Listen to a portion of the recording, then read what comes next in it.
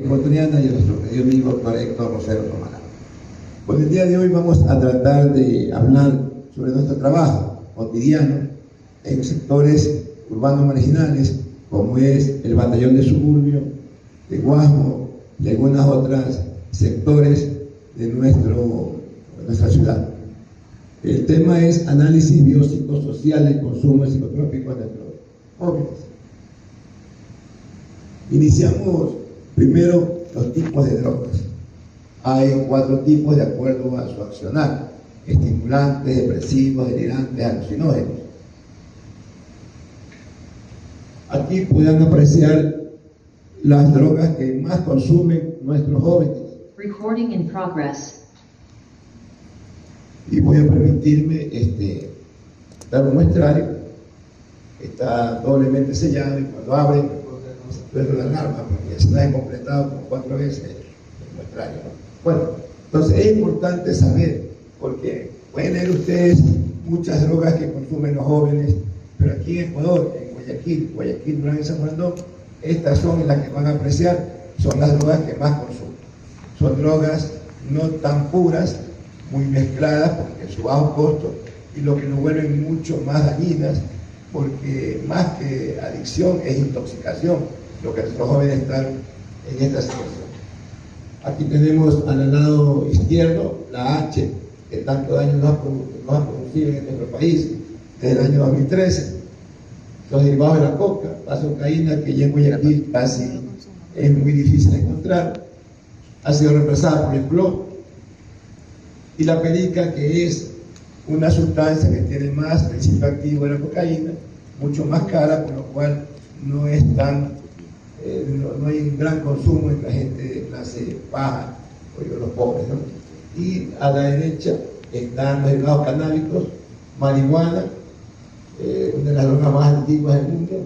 Hasta en las tumbas de Rey Salomón han encontrado hojitas de marihuana, y esto que es la crispy, que es una marihuana modificada y que, a mi entender, y me está dando la razón la estadística y los resultados, que va a desplazar de aquí a unos 2 años más al consumo de H esta crispy. Ya les explico por qué. Aquí hay un pastel en donde es una muestra de 1000 pacientes muy reciente, el primer semestre del 2024, en donde vemos el grupo etario y podemos apreciar que el 60% es de la edad de 12 a 17 años, es decir, la edad de colegio, lo cual nos preocupa porque el gran porcentaje son adolescentes. De 10 a 11 años, el 5% son preadolescentes, y de 18 a 20 años, jóvenes, o el 35%. Tenemos este pastel, los tipos de drogas que consumen los jóvenes, en donde vemos que F11.3, que significa síndrome de abstinencia, el consumo de derivados opioides, lo que se considera como H, ha bajado este año el 45%, cuando el año pasado estaba en un 60%, 63% específicamente. Y ha aumentado el consumo de la crispy, como yo anteriormente le indicaba, a un 25%, cuando el año pasado estaba tan solo en un 14%. Se mantiene los derivados de la coca. Está aquí el plomo, base de cocaína ya casi no se encuentra en Guayaquil, la plomo, y cannabis sola, el 0.5%. ¿Por qué consumen nuestros jóvenes? La pregunta del millón. Van los padres de familia a la consulta, tanto de la parte pública como privada, y le dicen: yo en mi época yo había droga, pero nunca metí droga. Mi hijo, ¿por qué consume? Hicimos un estudio en estos 1000 pacientes, en donde pudimos determinar 2 referentes: la parte, el área familiar, y segundo, los trastornos perinatales. El 60%, 600 pacientes, manifestaban algún trastorno durante su nacimiento.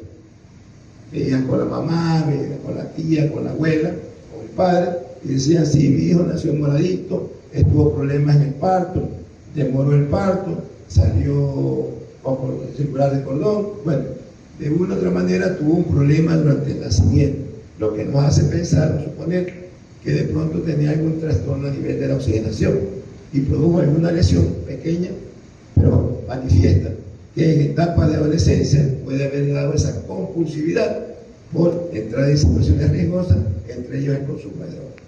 Y solamente el 40% indicaba que no tenía ningún problema al nacer. Pero este dato no es tan veraz, porque lo manifestaban a los propios pacientes. Entonces no teníamos un referente real que tuvo o no tuvo algún problema durante su nacimiento. Y el área familiar es importante. 85%, 50% medianamente disfuncionales, 35% severamente disfuncionales. Es decir que 8.5 de cada 10 pacientes que consumen drogas tienen un problema de disfunción familiar. Medianamente viven con un progenitor, severamente viven sin ningún progenitor. Por lo cual, este es un factor fundamental en la área familiar, la disfuncionalidad familiar, en que un adolescente se involucre en el consumo de algún tipo de sustancia. Y solamente el 15% venían de hogares donde vivían con sus padres, pero tampoco sabíamos la dinámica familiar. Puedes vivir papá y mamá, pero no hay una buena dinámica familiar. Pero lo que sí sabíamos es que el 85% tenía algún problema de disfunción familiar. Esto es la H. 2013, Guayaquil estaba tranquilo, 2013 inicia la aparición de esta sustancia. Unos dicen que son derivados opioides, de 2013 manifiesto que lo que viene de algún derivado opioide es lo que yo tengo en los sajón, no tiene nada. Se hizo un estudio casi con 16.000 muestras del Ministerio, la Secretaría Técnica de Drogas, y solamente duró en la nube 2 horas, porque tuvieron que bajarlo, en donde el 98.7% no tenía ninguna relación con algún derivado opioide.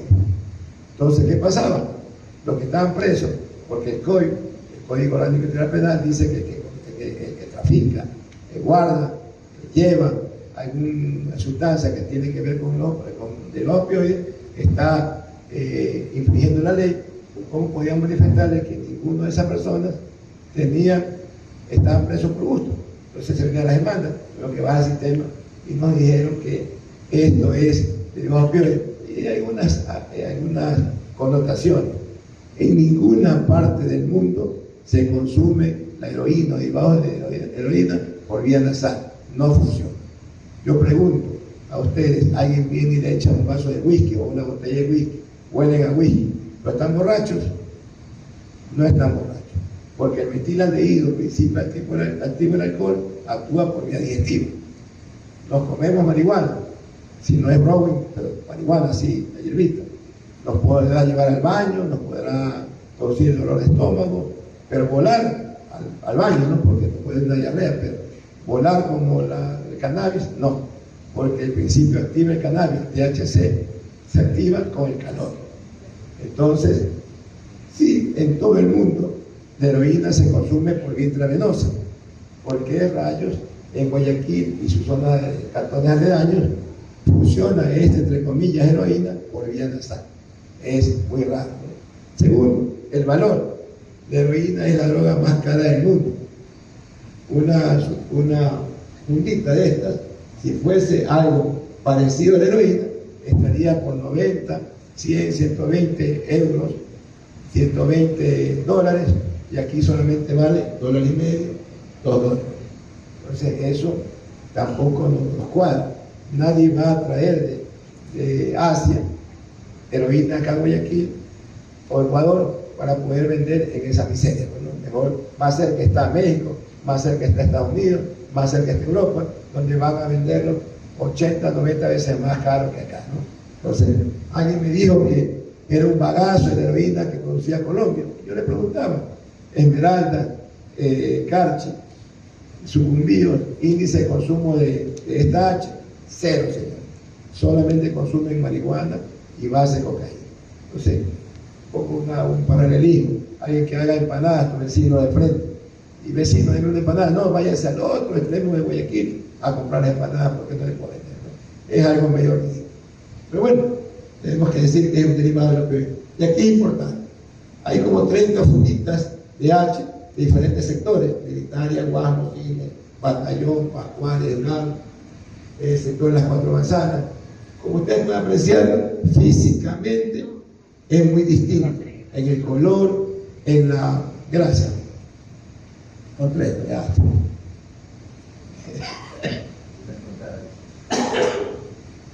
El color, la textura es diferente y son a 5 cuadras, 6 cuadras, lo cual se convierte esta H como una droga artesanal. Cada que vende drogas, cada mercader que vende drogas le agrega algo, aumenta el volumen y tiene más dosis de vender, ¿no? Aquí tenemos un pastel de los consumos de H, y donde es importante que el 50% está entre 15 y 19 años y el 25% de 10 a 14 años, lo cual nos da un 75%. 7.5 de las personas que consumen, de cada 10 consumidores de H, son preadolescentes y adolescentes. Es una droga de colegio, barata, inolora y sabora. Entonces es una situación muy preocupante. ¿Por qué? Porque antes siempre ha habido droga. Yo creo que esa manzana que comió Eva no era manzana, sino algún tipo de droga, y trastocó la vida de toda la humanidad, ¿no? Porque comemos manzanas y no nos pasa nada. No sé, es la situación. Pero lo importante aquí, 75%, 7.5 es gente adolescente y preadolescente, muy barata, indolora, no se puede percibir. Los adultos le llevan a sus hijos, dicen: en mi época había droga y yo no consumo. Claro que tú no consumiste, porque si consumías marihuana o base de cocaína, todo el barrio sabía. ¿Quién que está quemando monte? No, es el vecino de la esquina que come marihuana. ¿Quién está quemando plástico? Es el hijo de la señora en la tienda que está consumiendo droga. O sea, se podía percibir. Esta droga no se percibe, y cuando ya hay manifestaciones, está más o menos hablando de 3 a 4 meses de un consumo entre leve y moderado, y ya hay manifestaciones. Y solamente el 25% de pacientes adultos. Los efectos de la H. 2013 nosotros veíamos en instituciones públicas 60 pacientes diarios. ¿Cómo lo hacíamos? En grupos de 5. 12 consultas de 5 pacientes, porque eran todas las mismas sintomatologías. A nivel, no podían dormir, insomnio, conciliación y despertar precoz, irritabilidad, labilidad emocional, sensaciones anestésicas de que de una u otra manera hacían que vuelvan a consumir. Sensaciones anestésicas como corrientazo en la piel, sensación como que algo le andaba por dentro de la piel, picazón, ardor. El craving es de moderado a intenso. La H es una de las drogas con mayor craving. El craving es el deseo más fuerte que la voluntad de volver a consumir. Sabemos que nos hace mal una droga, pero queremos consumirla para poder evitar toda esta sintomatología. A nivel cardiovascular, taquicardia, hipertensión, arritmias peligrosas. A nivel pulmonar, sensaciones como una neumonía, laceración extrema de la mucosa nasal y rinorrea. A nivel digestivo, epigastralgia y diarrea. A nivel osteomuscular, artralgia y mialgia, que también es una de las razones por que estos chicos vuelven a consumir, por los dolores articulares o dolores en los musculares, que hacen que es terrible esa situación. Dolor claudicante en miembros inferiores. En la cárcel, de la penitenciaría, cuando pasaron a la regional, me acuerdo tanto por mi cumpleaños, 7 de diciembre de 2014, era un cuadro dantesco ver cerca de 400 ppl inmersos en serio de abstinencia de consumo de H. Se ensuciaban, había diarrea, se revolcaban, se orinaban por el dolor. Era una cosa realmente dantesca. Aquí podemos apreciar mucosas nasales muy laceradas.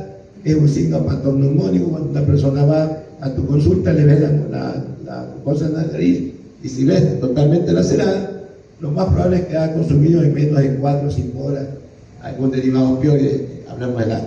Y también las pupilas hiporreactivas, lo cual nos da la pauta de que hay algún problema inflamación a nivel del cerebro que produce esta situación. Pasamos a las drogas estimulantes. Como les decía antes, muchos años antes, década de los 90, que fue el boom de los derivados de la coca, base de cocaína, perica, y para Estados Unidos se importaba la cocaína, que es muy cara, lo cual me vuelve un poco elitista y muy alejada por las economías medias o bajas. Se hace un proceso, cogían la hoja, la hacían podrir, demoraba cerca de 6, 7 u 8 semanas esa putrefacción de la hoja. Desde el año 2013 empiezan a utilizar matamaleza, que hacen que la putrefacción de esa hoja de coca sea muy rápida, 4 o 5 días. Imagínense ese ayuda para esta gente que vende muerte, los narcotraficantes, que algo que duraba antes 7 semanas, ahora lo hacían en 5 días y empieza la producción. Eso meten unos calderos, sale una sustancia blanca que se llama lechada y sigue hirviendo y mete otro químico hasta que quedaban 2 cosas: un bagazo que era la base de cocaína y otro que se hacía cristales, era el clorhidrato de cocaína, que era para exportación. Pero como hicieron este proceso más rápido, ahora lo que tenemos aquí es tirada para atrás o plomo. Lo que tenemos aquí es una sustancia que ya en 10 días ya el traficante la tiene en las calles. Como les dije, que se utiliza mucho matamaleza. Imagínense, el 98% es algún químico matamaleza y el 2% es algún derivado de la coca, lo cual es muy dañina, muy tóxica. La base de cocaína, que ya en Guayaquil, en el cantón Guayaquil como tal, no se le encuentra, sí en los cantones del norte y del sur de nuestra provincia de Guayas.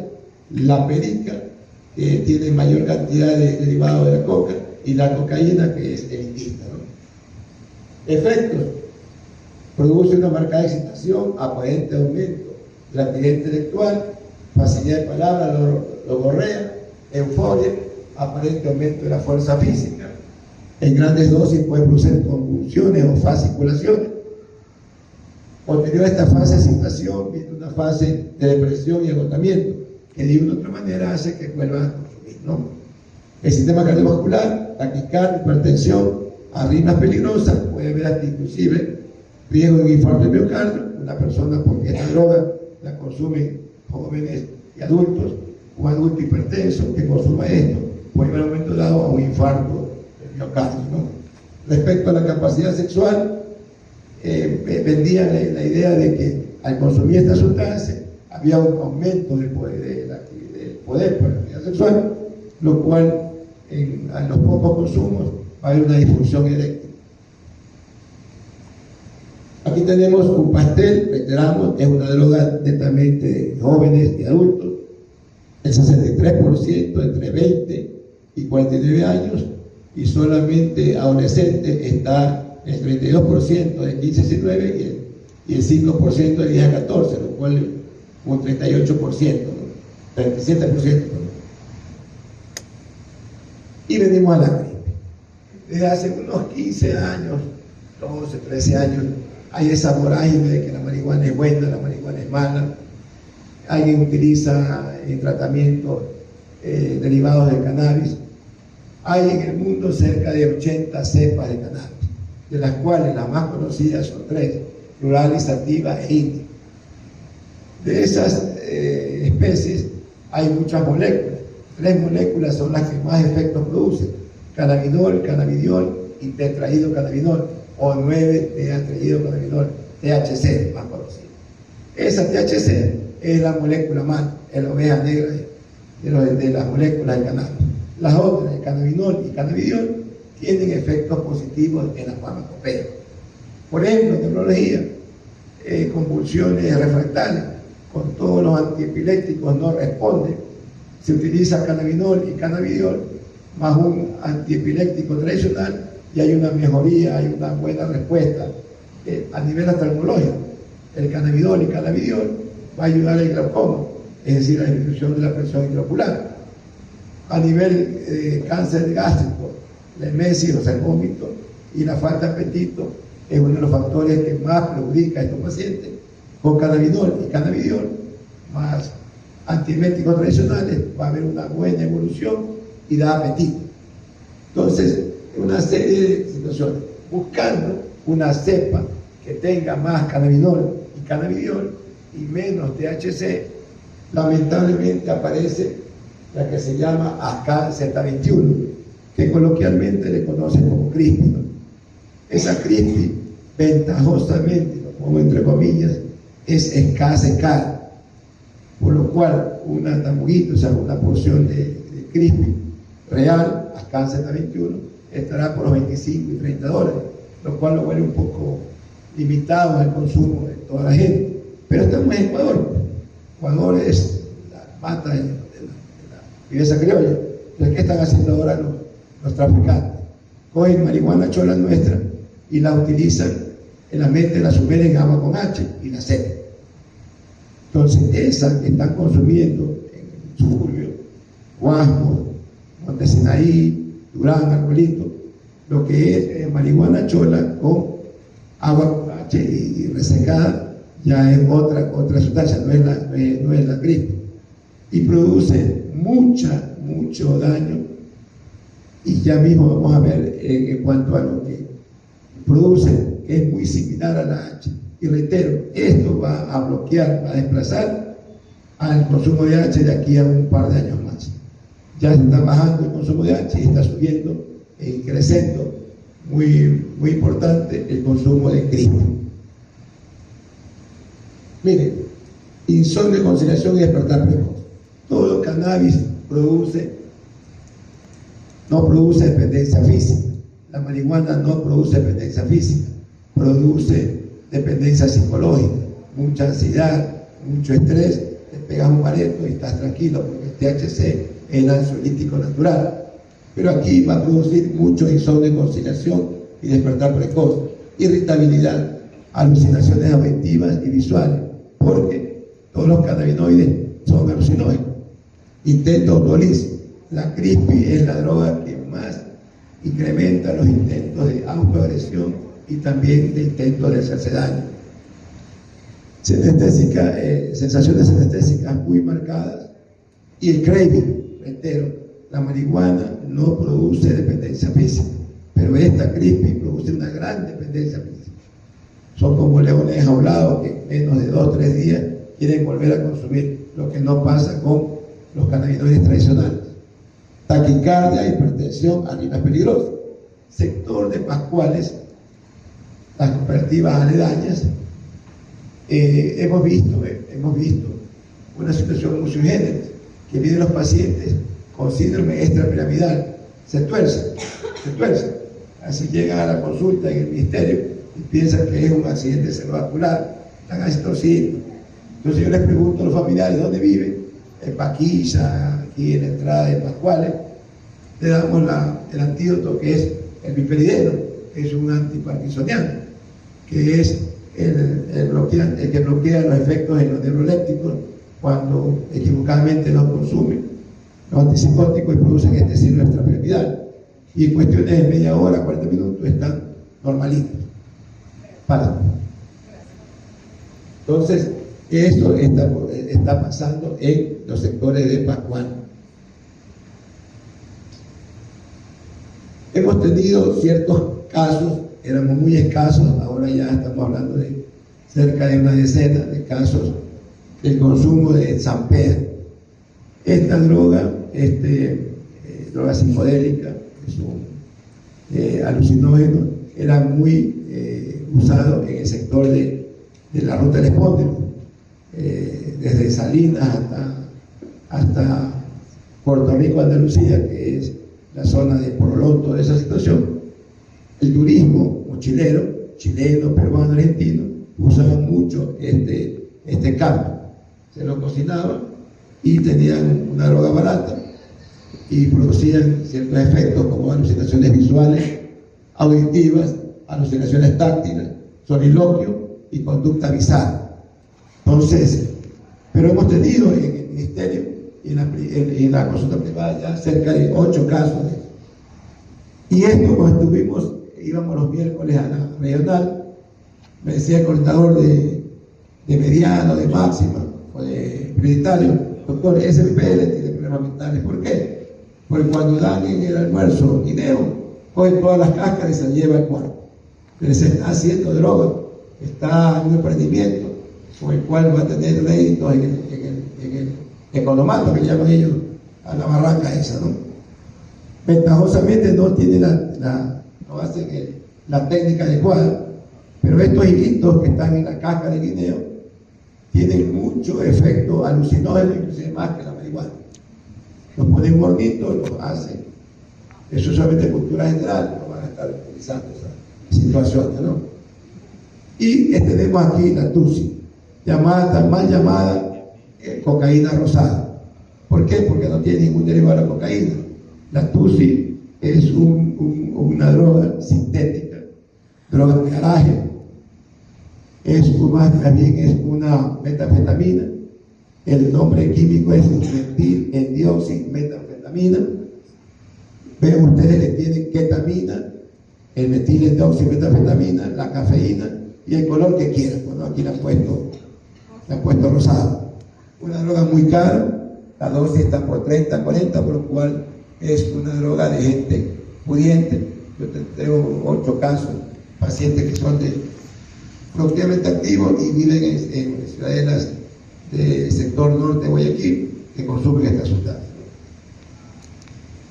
12 personas, es una droga más común en hombres que en mujeres. 7 pacientes de edades de 20 a 49 años, económicamente activos, y de 15 a 19, solamente 5 pacientes. Por género, reitero, 8 hombres y 4 mujeres. Y vamos al fentanilo. En Guayaquil no hay ningún fentanilo. ¿Por qué? Porque el fentanilo, su antídoto es la naloxona, y no tenemos naloxona. Si me dicen aquí que tuvieron 4 pacientes de fentanilo, yo les pregunto, ¿y con qué lo sacaron? Con risperidona, quetiapina, ácido valproico. Entonces es como que ustedes vayan a una clínica y le diga al médico, usted estuvo con una crisis hipertensiva. ¿Y qué le dieron? ¿Qué me dieron? Metformina. Ahí cómo es la cosa, ¿no? Si me dieron metformina es que tenía un problema de glicemia, ¿no? Entonces, cuando les digo eso, ya empiezan a gaguear y ya dicen algo parecido al fentanilo. Aquí lo que sí hay en Guayaquil, bueno, el fentanilo, hablando del fentanilo, primero un poquito de historia. Hace muchos años, en el siglo XIX, no había anestesia. Le ponían un trapito en la boca, entre 4 lo amarraban y en las guerras, pues, básicamente, y le mochaban la piernita, ¿no? Si no se moría por la gangrena, se moría por la hemorragia, pero era lo que teníamos. Apareció el cloroformo, el éter etílico, pero en la línea entre la dosis letal y la dosis farmacéutica era muy bajita. Entonces a veces morían por el exceso de ese anestésico y no por el acto quirúrgico. Entonces aparece después la morfina, la heroína, que tiene un margen un poco más seguro. Pero en el año 50, en Francia, el Janssen saca este metabolito que es el fentanilo, lo cual es un inductor por anestesia, muy positivo, muy seguro, muy potente, por lo cual hay que saberlo diluir y funciona muy bien en las cirugías. En Estados Unidos dicen que es fentanilo, pero son principios activos de esta sustancia, vienen de México, India y Alemania, y producen eso artesanalmente y las venden en Estados Unidos. De un bloque, de 1 kilo de esta sustancia que cuesta en Estados Unidos entre $10,000 y $15,000, pueden sacar hasta 20 millones de dosis y la venden a $1, $2, imagínense la cantidad que sacan, es muy económicamente. Y las sintomatologías: euforia, pupilas hiperactivas, atargamientos, náuseas, estreñimiento, cefalea. Como es un inductor anestésico y baja la presión respiratoria, hay muchos daños a nivel de la respiración que puede llegar inclusive al paro respiratorio. Disquinesia son movimientos musculares involuntarios de grupos musculares por las lesiones a nivel de su cerebro, alucinaciones auditivas y visuales, delirios, coma y ocasiones la muerte. La intoxicación por el fentanilo, pupilas hiperreactivas, aletargamiento, adopta posiciones adecuadas, lo que hablamos de disquinesia, piel pálida, ocasiones de sudoración profusa, cianosis en uñas, labios y mucosas. Lógicamente, pues no está oxigenando bien, dificultad respiratoria, muy lenta y perceptible, vómito y peligro de broncoaspiración. ¿Qué tenemos que utilizar? La naloxona. Y como la naloxona es una droga que no tenemos en Ecuador y debe ser manejada en un hospital, porque hay que estar controlando saturación de oxígeno, presión, todas esas situaciones. Aquí reitero, no hay en Guayaquil fentanilo. Puede haber el fentanilo de algún anestesiólogo que le robaron de su maletín alguna fentanilo, pero eso lo tenemos que dormir. No creo que alguien que quiera drogarse va a estar soñado ahí 3-4 horas. No veo el por qué, ¿no? En cambio, el fentanilo es que produce otra situación. Depresión, episodios de llanto, ideas de suicidio, cambio de comportamiento, ansiedad, irritabilidad y alucinación. Lo que sí hay en Guayaquil, y a veces dicen que es fentanilo, es el consumo de analgésicos. Pacientes, lamentablemente, el 85% de los pacientes tienen que ver área sanitaria, médicos, licenciados en enfermería, auxiliares de enfermería, personal de trabajo en hospitales que tienen acceso a estos medicamentos y utilizaron por prescripción facultativa, después de una operación, por dolores, y se engancharon. Les gustó el efecto del tapentadol, del ketorolaco, y siguieron esta situación. Y el síndrome de abstinencia es muy marcado. Tenemos estos analgésicos, ansiedad, insomnio, conciliación despertar precoz, sensaciones anestésicas, hormigueo, pila de erección, mialgias y artralgias, acaticia, que es la incapacidad de estar quieto, craving, la necesidad de volver a consumir. Entonces, esto sí se ha dado a muchos pacientes. Aquí, tapentadol, el ketorolaco y el tramadol son los medicamentos que más utilizan estos pacientes. Vean que el 30% es ketorolaco, el 60% es tramadol y el 10% es tapentadol, porque es un medicamento con receta específica, especial, es más difícil conseguirlo, ¿no? Hombres 10, mujeres 40. Es una droga que más utiliza el sexo femenino. Reitero, en concordancia, según auxiliar de enfermería, personal de limpieza en hospitales, o algún médico, algún obstetriz que tiene acceso a estos medicamentos y utilizan para poder bajar un poco su ansiedad. Bueno, importante algunas cosas. En el consumo de las drogas, la gente piensa que el problema es el consumo, y no es así. El problema de las drogas es por qué consumir. ¿Por qué una persona, sabiendo que algo nos hace mal, nos involucramos en esta sustancia y seguimos consumiendo? Segundo, hay una situación un poco errada en que drogas igual a clínica. El 95% de los pacientes que están en una clínica, llámese normatizada, no normatizada, legal, ilegal, nace, no nace, no debería estar en un tratamiento de internamiento, debería estar en un tratamiento ambulatorio. Va a ir muy bien con eso. Y tercero, que es una enfermedad y no se va a curar ni con golpes, ni con insultos, ni con cadenas, ni con encierro. Se cura con medicación, con compromiso del paciente y compromiso de la familia. Lamentablemente la familia piensa que el problema es nuestro, el problema es de ellos, porque es su hijo, es su sobrino, es su marido. Entonces nos lo dejan en el centro de salud y quieren que nosotros lo resolvamos porque le abrimos el coco y le pegamos una apretada y ya sale que trabaje, que sea educado, y se es medio complicado eso, ¿no? Entonces eso es importante. ¿Alguna pregunta? Estoy presto para resolver. Muchísimas gracias.